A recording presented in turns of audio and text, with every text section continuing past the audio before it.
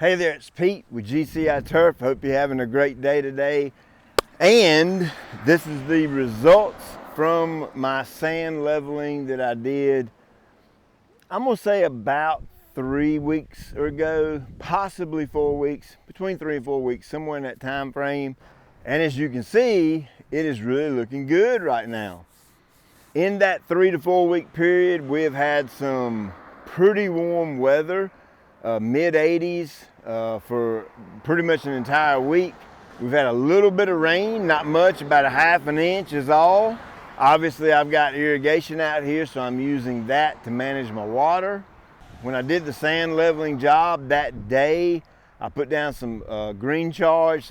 I think that, along with the weather and the watering, has got this Bermuda up and running pretty good. So what do I do after I sand level it? Well, first thing is you wait.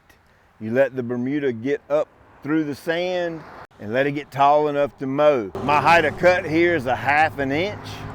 I let it get up to around 3/4 of an inch roughly before I mowed it. I actually ended up double cutting it because it's been a while since I mowed this out here. My lines were a little bit crooked, so I double cut it simply to straighten my lines up. Same day I mowed it, I went on and put down my first heavy fertilizer. I went down with a full pound of nitrogen using the Protene 2005. And today I went down with a little bit of green effect. That's a 700.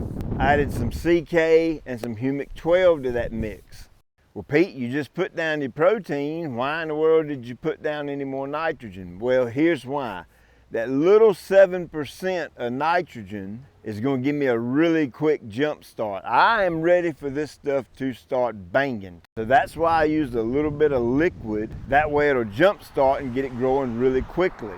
And as that wears off, obviously the protein is going to kick in gear and it'll be full blast then.